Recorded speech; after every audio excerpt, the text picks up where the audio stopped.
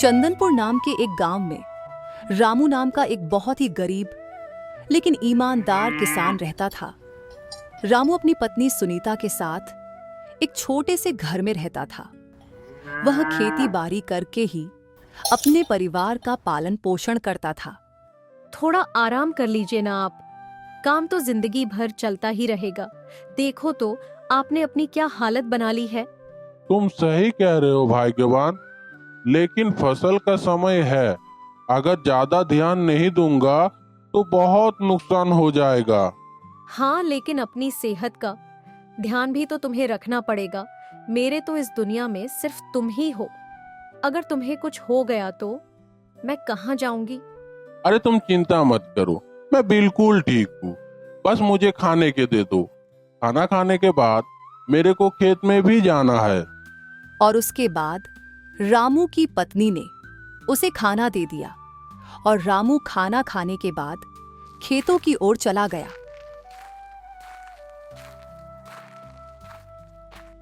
अपने खेतों में पहुंचकर रामू खुदाई कर ही रहा था कि तभी उसका फावड़ा किसी ठोस चीज से टकराया। अरे ये क्या है? लगता है कोई भारी चीज है। मिट्टी को हटा के देखता हूँ। रामू मिट्टी को हटाने लगा।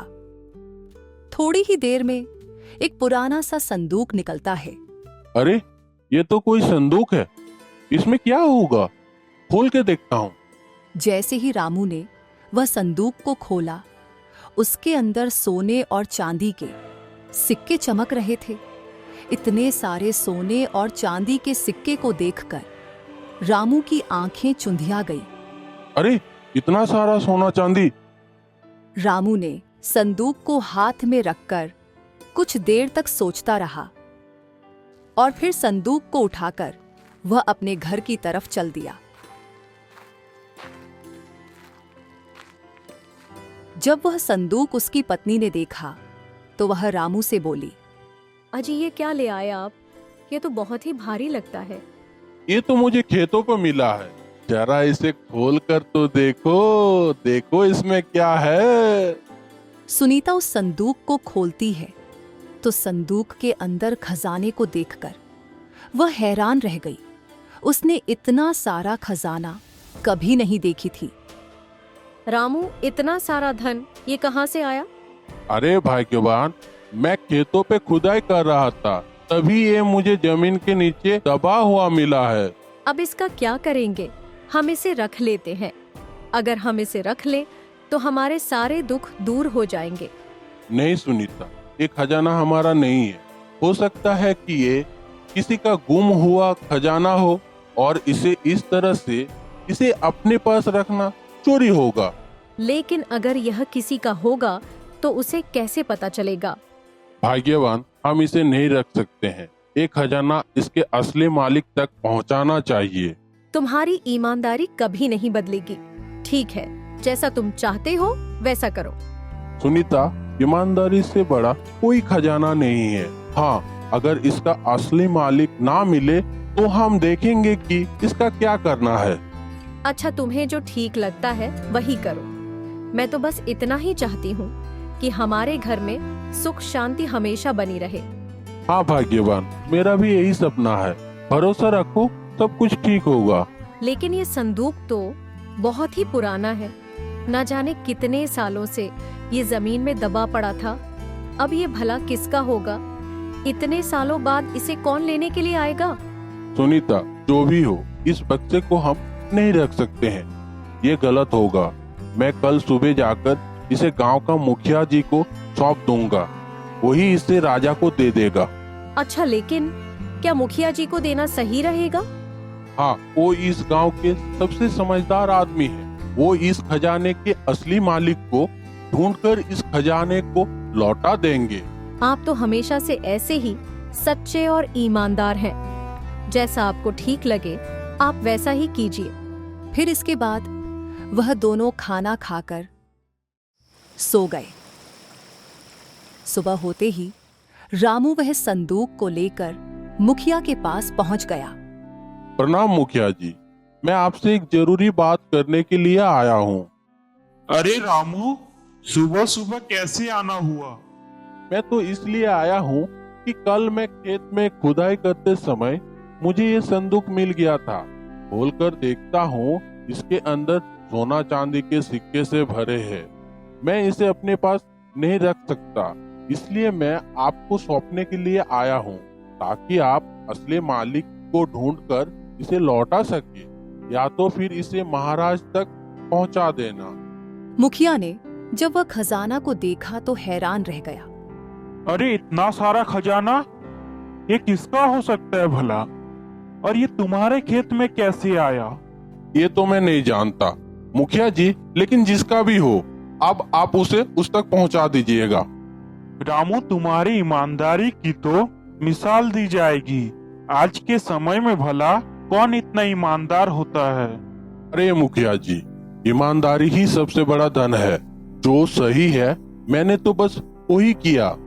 ठीक है रामू, मैं इसे संभाल कर रख लेता हूँ और गांव में खबर करवा दूंगा। अगर इसका कोई असली मालिक हुआ तो उसे मैं ये खजाना दे दूंगा। धन्यवाद मुखिया जी, अब मैं चलता हूँ। इतना कहकर रामू वहां से चला गया। लेकिन इतना सारा खजाना देखकर मुखिया के मन में अब लालच आ चुका था। इतना सारा खजाना, अगर इसे मैं राजा को दे दूंगा तो मुझे क्या मिलेगा? सिर्फ मेरा नाम ही होगा। लेकिन अगर मैं इसे अपने पास रख लूं तो मेरी सारी परेशानी खत्म हो जाएगी। इसे भला राजा को देने की क्या जरूरत है? राजा के पास तो पहले से ही इतना खजाना है, और किसी को क्या पता चलेगा कि रामू को खजाना मिला था और उसने वो मुझे दे दिया। इसे तो मैं ही रख लेता हूँ और अपने घर में छिपा दूंगा, किसी को कुछ नहीं पता चलेगा। और फिर जमींदार ने उस खजाने को अपने घर में रख लिया। और शाम को जब मुखिया की पत्नी ने इतने सारे सोने और चांदी के सिक्के देखी तो चौंक पड़ी। अरे ये संदूक कहाँ से आया जी? इसमें तो इतना सारा सोना चांदी भरा है। अरे हमारे गांव का रामू है ना, उसको ये खजाना अपने खेतों में मिला था। वो इसे राजा तक पहुंचाने को कह रहा था, लेकिन मैंने सोच लिया है कि यह खजाना हम अपने पास ही रख लेंगे।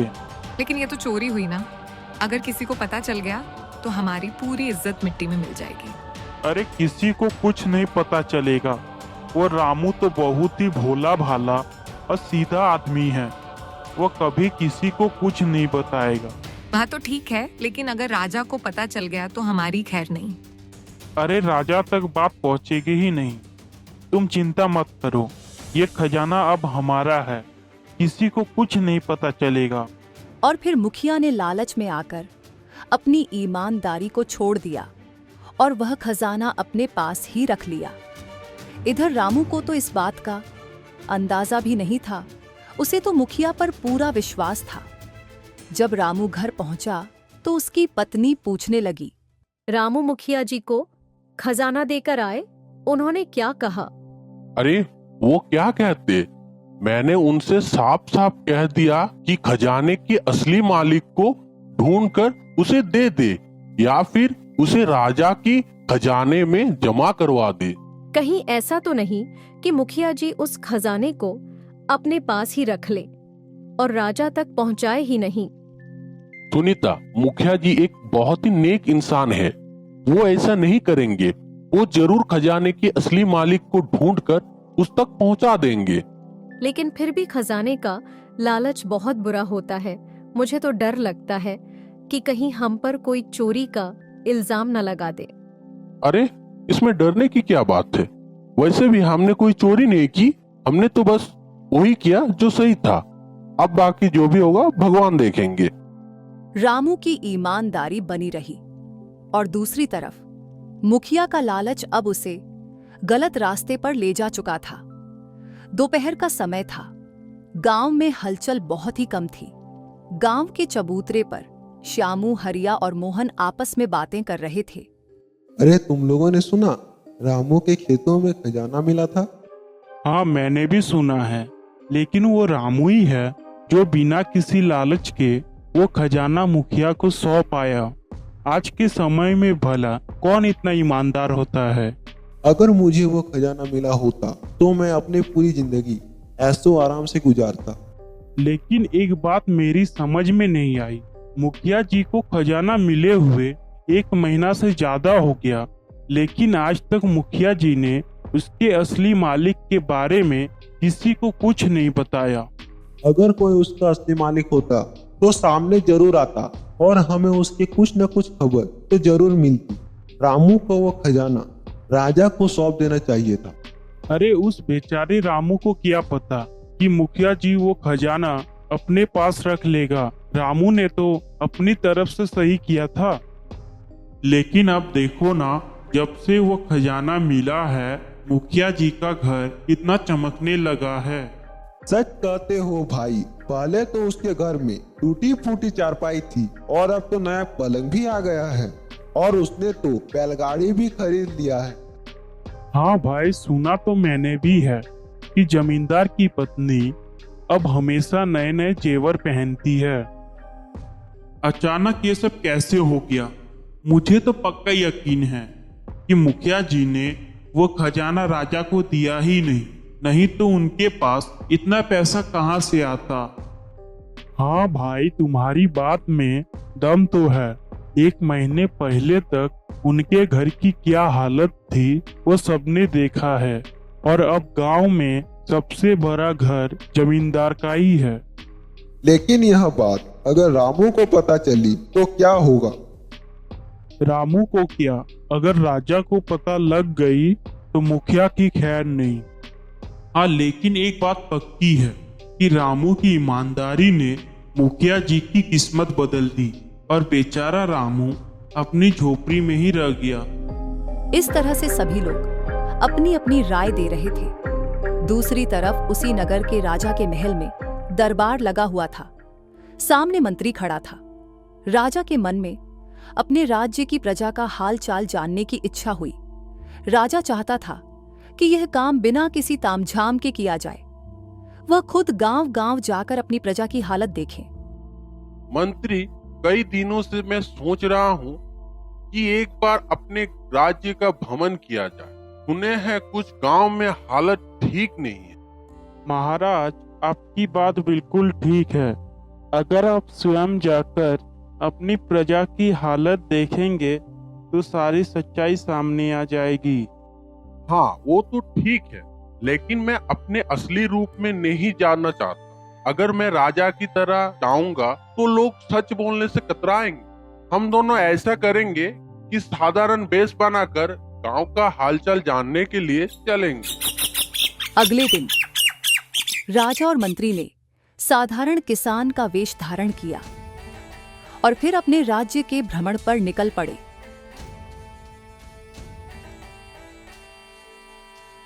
मंत्री जी, ये गांव तो बड़ा ही समृद्ध लगता है, लेकिन सुना है कि यहाँ के कुछ लोग अभी भी गरीबी में जीवन गुजार रहे हैं। हाँ महाराज, ये जानने की जरूरत है कि इस गांव में कौन ईमानदार है और कौन ईमानदार नहीं है। इसके बाद राजा और मंत्री ने गांव में घूमना शुरू कर दिया। दोनों गांव के चबूतरे की ओर बढ़े, जहां पर श्यामू, हरिया और मोहन बैठे हुए दिन भर की बातों की चर्चा कर रहे थे। राजा और मंत्री उन लोगों के पास पहुंचे। भाई, इस गांव में सब कुछ तो अच्छा लगता है, लेकिन एक बात मेरी समझ में नहीं आ रहा है कि यहाँ के मुखिया जी इतने अमीर कैसे बन गए। भैया, हम तो साधारण किसान हैं, हमें क्या पता। लेकिन सच कहे तो जब से मुखिया जी को वह खजाना मिला है तब से उनके दिन ही बदल गए हैं। खजाना? किसका खजाना?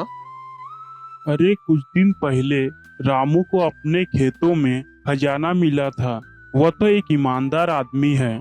उसने वो खजाना सीधा जाकर मुखिया जी को दे दिया था। लेकिन अगर वो खजाना रामू खुद ही रख लेता तो किसी को क्या पता चलता। रामू तो सीधा और सच्चा आदमी है।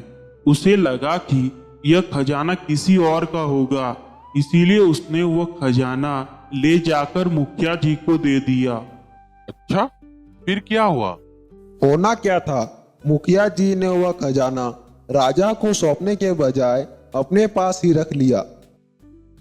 लेकिन ये तो उन्होंने गलत किया। उस खजाने को तो राजा तक पहुंचाया जाना चाहिए था। वो बात तो है, लेकिन ऐसा हुआ नहीं।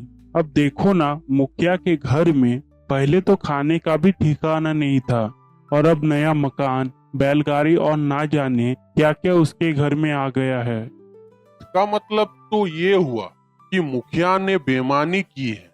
हम यह तो नहीं कह सकते, लेकिन यह बदलाव देखकर किसी को भी शक हो सकता है कि इसके पास इतना धन इतनी जल्दी कहां से आ गया। राजा और मंत्री को अब सारी स्थिति समझ में आ गई और फिर राजा और मंत्री वहां से चले गए। मंत्री जी, मुझे तो लगता है कि कुछ गड़बड़ है। हमें इस मामले को देखना चाहिए।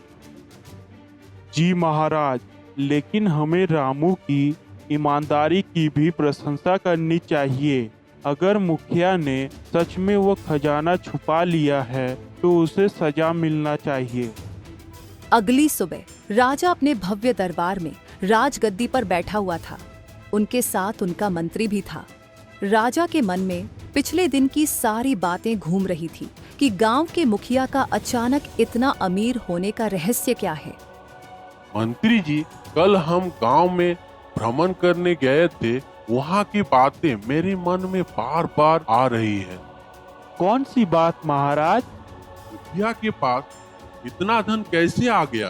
गांव के लोग कह रहे थे कि रामू नाम के एक किसान ने अपने ईमानदारी से एक खजाने का संदूक उस मुखिया को सौंपा था, लेकिन वो खजाना अब तक हमारे पास क्यों नहीं पहुंचा? महाराज, बात तो कुछ अजीब है। अब हमें मुखिया से ही पूछना चाहिए कि यह सारा मामला क्या है। ठीक कह रहे हैं मंत्री जी। आप सैनिकों को अभी भेजिए और गांव के मुखिया को दरबार में बुला के लाइए।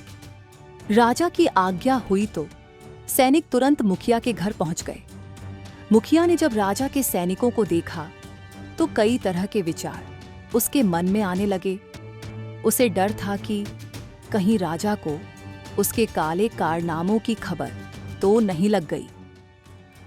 कहीं राजा को ये बात तो पता नहीं चल गया। अगर राजा ने मुझे पूछा तो मैं क्या जवाब दूंगा? मैं इस बात से इनकार कर दूंगा तो शायद मैं बच जाऊं। कुछ देर के बाद सैनिक मुखिया को लेकर दरबार में हाजिर हो गए। मुखिया का सिर चकराने लगा। उसे समझ में नहीं आ रहा था कि क्या जवाब दे। वो सोच रहा था कि अगर उसने झूठ बोला और राजा को सच्चाई पहले से पता हुई तो उसका बचना मुश्किल होगा। मुखिया, हम तुमसे एक महत्वपूर्ण बात पूछना चाहते हैं। सच सच बताना। अगर जरा सा भी झूठ बोला तो तुम्हें दंड मिलेगा। महाराज, आपकी आज्ञा। मैं सब कुछ सच सच बताऊंगा। क्या कुछ समय पहले रामू नाम के कोई किसान ने अपने खेत में कोई खजाना पाया था? जी महाराज, ऐसा ही हुआ था। और उसने वो खजाना तुम्हें सौंप दिया था? जी महाराज। फिर वो खजाना हमारे पास क्यों नहीं आया?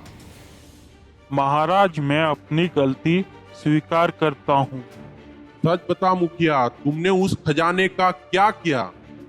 महाराज, मैं लालच में आ गया था। जब रामू ने वो खजाना मुझे दिया तो मैंने सोचा अगर मैं इसे अपने पास रख लूं तो मेरी घर की हालत सुधर जाएगी। मैंने वो खजाना आपको देने के बजाय अपने पास रख लिया। ये तो विश्वासघात है। जिस खजाने पर राज्य का अधिकार था उसे अपने स्वार्थ के लिए छुपाकर तुमने बहुत बड़ा अपराध किया है। क्षमा करें महाराज, मुझसे भूल हो गई। मैं अब आगे से ऐसा कभी नहीं करूँगा। कृपया करके मुझे माफ कर दीजिए। महाराज, मुझे माफ कर दीजिए। मंत्री जी, इस मुखिया को उसके बेईमानी के अपराध में 2 साल के लिए कारागार में डाल दिया जाए और रामू को राज दरबार में पेश किया जाए। मंत्री ने मुखिया को कारागार में बंद कर दिया और अगले दिन रामू को राज दरबार में पेश किया। रामू, तुम्हारी ईमानदारी के चर्चे पूरे राज्य में हो रहे हैं। महाराज, मैंने तो बस अपना जिम्मेदारी निभाया है। रामू, तुम्हारा ये छोटा सा कार्य नहीं है। रामू, जब कोई खजाना पाता है तो अधिकांश लोग लालच में पड़ जाता है, लेकिन तुमने उसे सच्चाई से हमारे मुखिया के पास सौंप दिया। महाराज, मैं हमेशा सच्चाई और ईमानदारी में विश्वास रखता हूँ। मेरे माता पिताजी ने मुझे यही सिखाया है। रामू, मैं तुम्हारी ईमानदारी से बहुत ही खुश हुआ हूँ। मैं तुम्हें इनाम के रूप में 1000 सोने की मुद्राएं देता हूँ। इस तरह से अपनी ईमानदारी के कारण रामू को वह इनाम मिल गया और अब वो एक गरीब किसान नहीं रहा, बल्कि उसकी ईमानदारी ने आज उसे अमीर बना दिया था। अब रामू और उसकी पत्नी एक सुख में जीवन जीने लगे। इस कहानी से हमें सीखने को मिलता है कि ईमानदार व्यक्ति कभी गलत रास्ता नहीं अपनाता, चाहे उसकी स्थिति कितनी भी कठिन हो। दोस्तों, कहानी अच्छी लगी तो लाइक जरूर करें और ऐसी ही मजेदार कहानियों के लिए मिनी जंक्शन यूट्यूब चैनल को सब्सक्राइब करना बिल्कुल ना भूलें। तो मिलते हैं एक और अनोखी कहानी में। तब तक स्वस्थ रहे, मुस्कुराते रहे।